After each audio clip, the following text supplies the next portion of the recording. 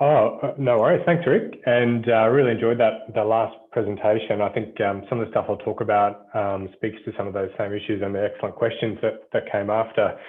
Yeah,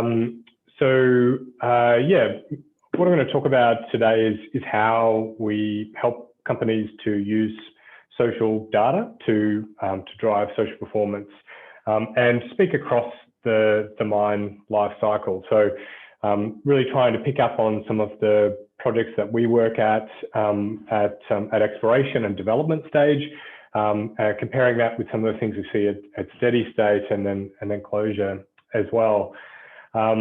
Usually start a presentation, within the mining industry with this statement, which is effectively that we spend a whole bunch of money as a mining company, and we still face work interruptions from the communities, inverted commas, that we help. And this kind of key insight, which is the money isn't buying us the goodwill that we need, but I've no idea where we're missing the point. And the work that we did in CSIRO, in the research team that I led, was really about trying to understand where we're missing the point.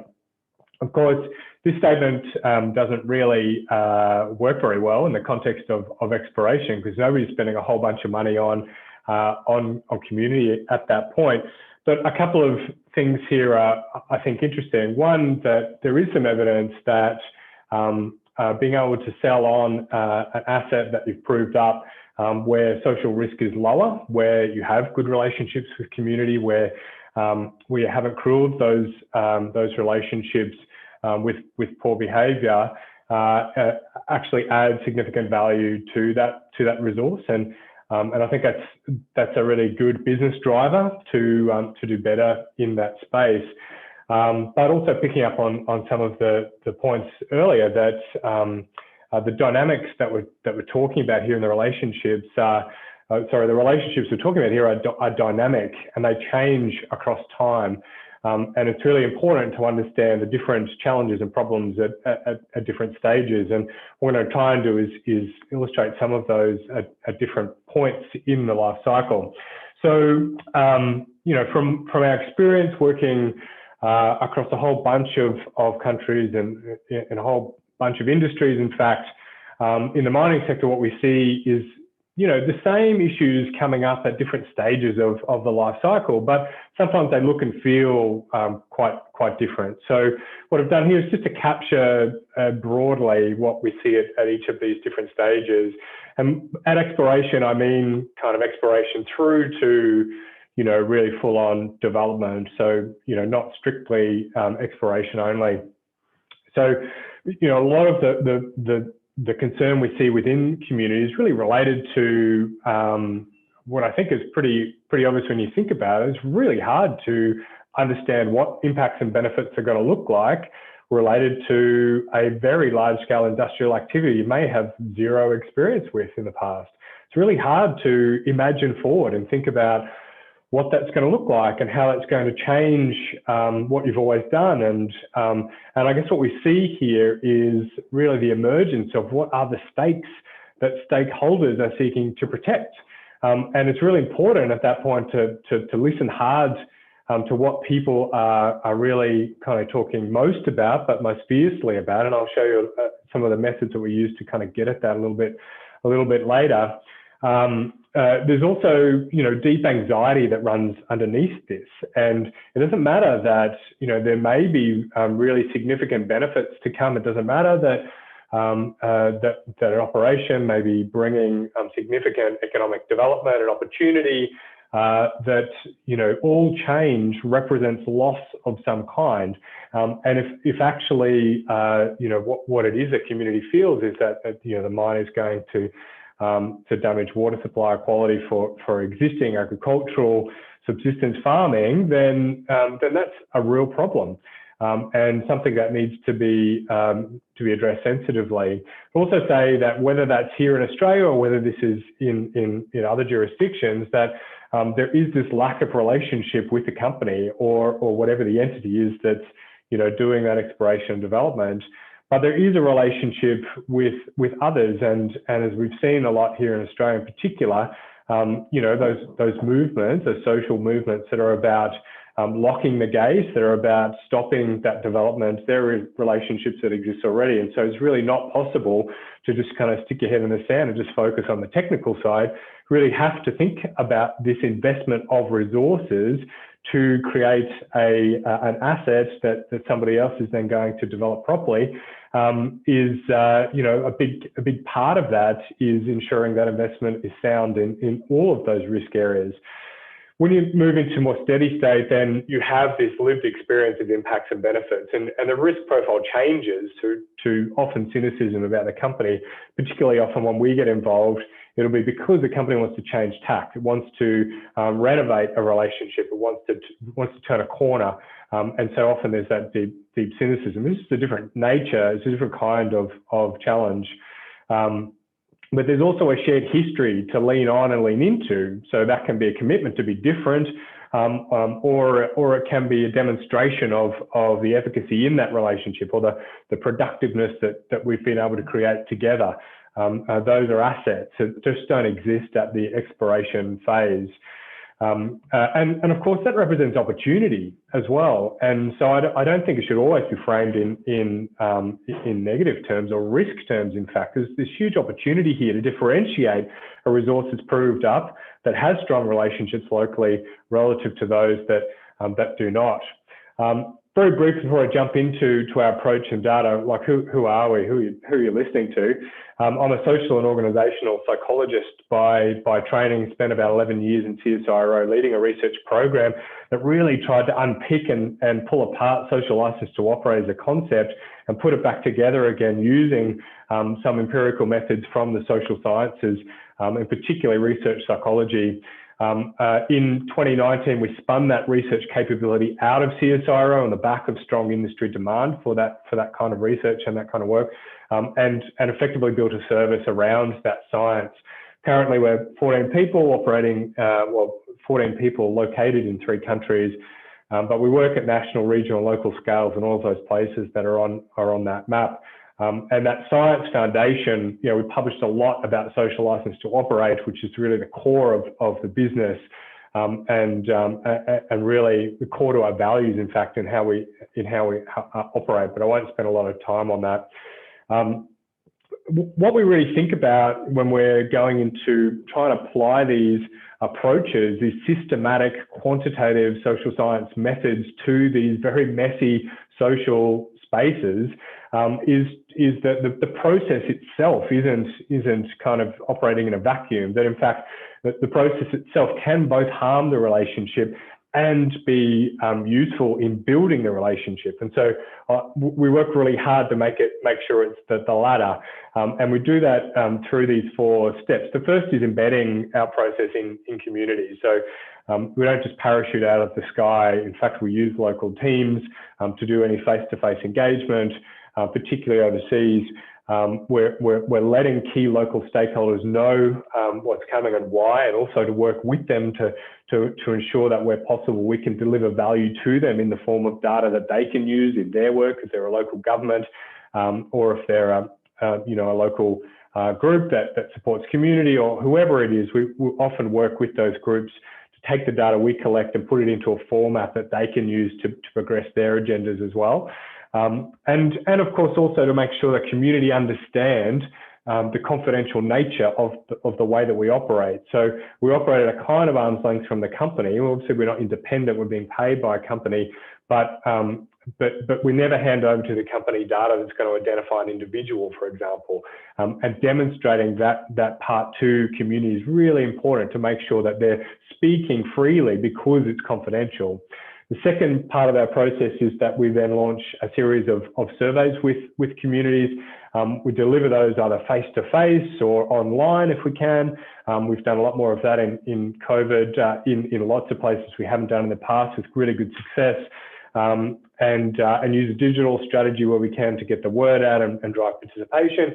But what works really well in places like Ecuador and Brazil is having a team on the ground go door to door in a really structured way, and engage people to participate in these surveys that seek to understand all of the touch points that a company has with a community, or in those projects we're in the sort of development phase and before that, understand all of the issues that the community have anxieties about or concerns. And not to really pull any punches here, to really deliver the truth to a company. And sometimes that truth is difficult to swallow, but that's actually really important if you're going to understand risk, right? That's how it is everywhere else in every other part of the business, and it's really critical in this part as well. We then take that data and we use really sophisticated data modeling techniques to understand not just what people think, but why they think that way. And I'll show you a little bit of that later on. And then we focus hard on how do we deliver those insights back to the company and the community in a way that shows that we're actually just a broker of a relationship. We're actually just opening a channel for constructive conversation, and seeing your own results as a community member, as a community, is really powerful. It's really useful and constructive in conversations at whatever stage of an operation. And of course, it's really fundamental within a company to drive performance. Now, one of the key components of what we do is to do it in really consistent ways across locations. And that was designed for multinational companies, but equally, we have lots of different operations in lots of different contexts, but equally, we run projects across locations in a region or within a country, which allows us to understand whether the issues that we're seeing in one place around an exploration site are unique to that location, or whether in fact we're picking up on some larger issues across a region as a whole. And that really helps us to put into context the concern that a company is seeing locally. And I think that's super important to be able to manage anxiety within the company, but also to drive performance at the right areas. I think that's really fundamental, where you have finite resources, particularly at those early stages. You've got to make sure you're focusing on the right issues. Of course, we're using dashboards and things that we've built that really help a company to get in and out of that data efficiently. And one big idea, very briefly, for the exploration space, which I think touches on some of the issues that we've heard about in questions and conversations so far, is that agencies like CSIRO, Geosciences Australia work hard to build geological databases to assist exploration. They're kind of pre-competitive resources to facilitate investment into exploration activity. And yet we don't do that around social data. We don't do that around social risk. And in fact, what we've seen fundamentally is that, the whole point of social license as a concept is that community will push back against development where that development doesn't meet its expectations, and where in fact they don't see an equitable share of the benefit flowing to them, and a disproportionate proportion of the impact. So, but we can do the same in this space. And in fact, we're doing that now. This is from a project that's got nothing to do with mining, but we're mapping different variables spatially so that in this case, a council can know where it needs to focus its efforts to really ensure that new developments in their space, so housing, is happening in a way that's sensitive to local context. And that is really fundamentally where we need to get to. And I think it's a market failure, right? But there's also really clear opportunities here for companies like ours, but universities, all sorts of agencies, to think about how to populate that landscape, so you know where you've got the best chance of success as geologists, not just in terms of resource, but in terms of social capital resource. So a little bit of data before we close out. What I've got here is two sets of data. One from a site in Latin America at a greenfields site where we're working, and one from a really mature brownfields exploration site here in Australia. So what you're looking at here on the pages is the results of that complex modelling that we do. This is what we call a path analysis, and it tells us how all of the things that we're measuring relate to each other. And effectively the purpose is to tell us the relative importance of all of the different issues that we're measuring on key outcome measures like trust in a company and acceptance of a company. So in this case, let me just decode this for you. A company's environmental impact is a really strong eroder of trust in the company, which, trust is then a really strong driver of acceptance. And that's why we often, that's why we really focus a lot on building trust within the community, or helping companies to do that, because trust is a vehicle that translates expectations and experiences into acceptance of a company or an operation. So here in this model, we can see that managing environmental impacts is really important in building trust and acceptance. But also within that box, company environmental impact, are maybe 15 different questions or variables that we're measuring within community through those survey instruments. And so not only can we show that environmental impact is really important in that equation, you know, which parts of that profile of environmental impact are doing the most damage to that relationship. And then we look at how that then flows into other areas. So what we can also see here is that, you know, interestingly, community will receive a fair share of benefits. Second box from the top is the next strongest driver, or actually the strongest driver of trust in the company. And so, you know, we talk about the dynamism of relationships and how, you know, those things change across time. Well, you know, once a community understands what those impacts and benefits can look like, then it's really important that a company changes, you know, its relationship and the way that those benefits and impacts are distributed in community as well to meet those expectations. And it doesn't really matter if you think that's cool or not, because what really matters is whether that community can exert influence over the operation. And there, you know, every company has a horror story on its books about an operation where billions of dollars have been sunk and there are no tons being moved because of social conflict. So these are risks that need to be managed.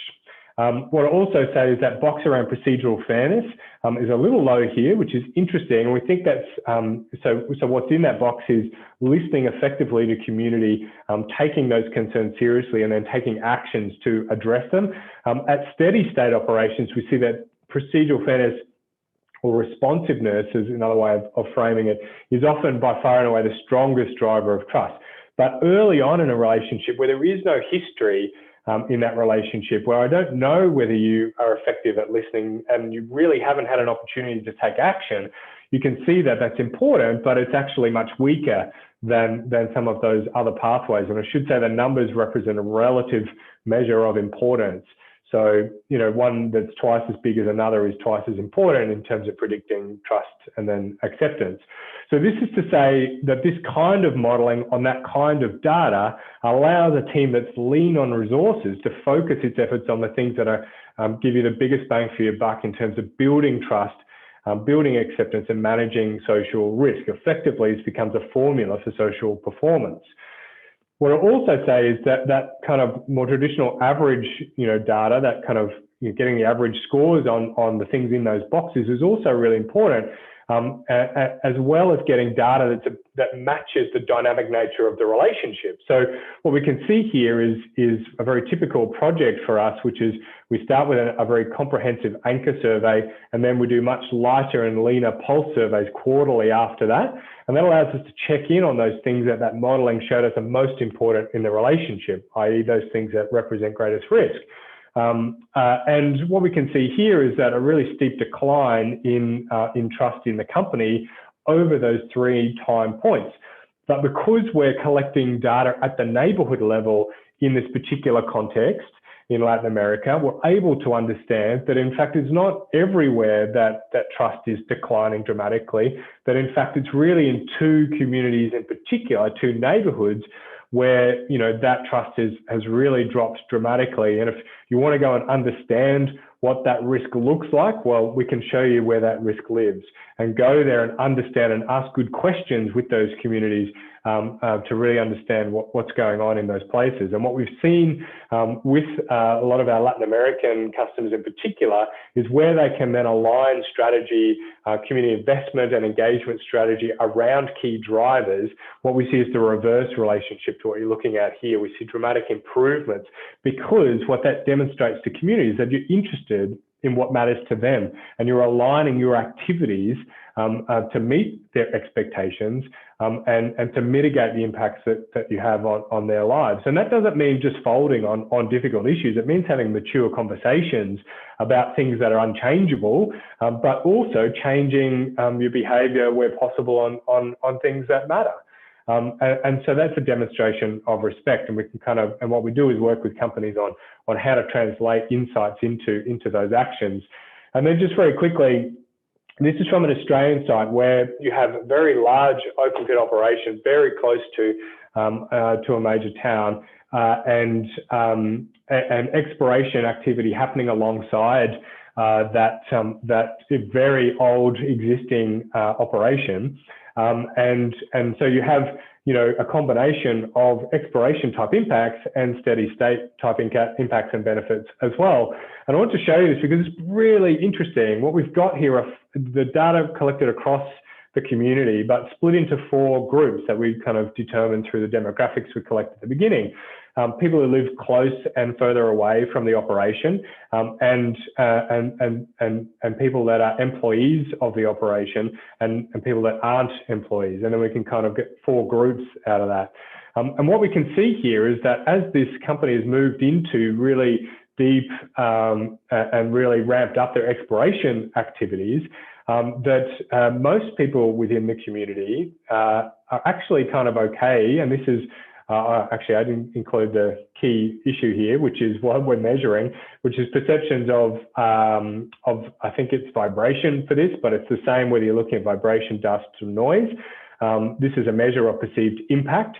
That there was a bit of a spike for most of the people around the beginning of the exploration activity, but that has been increasing steadily and significantly across time within the mine employees that live close to the operation, much more relative to everybody else.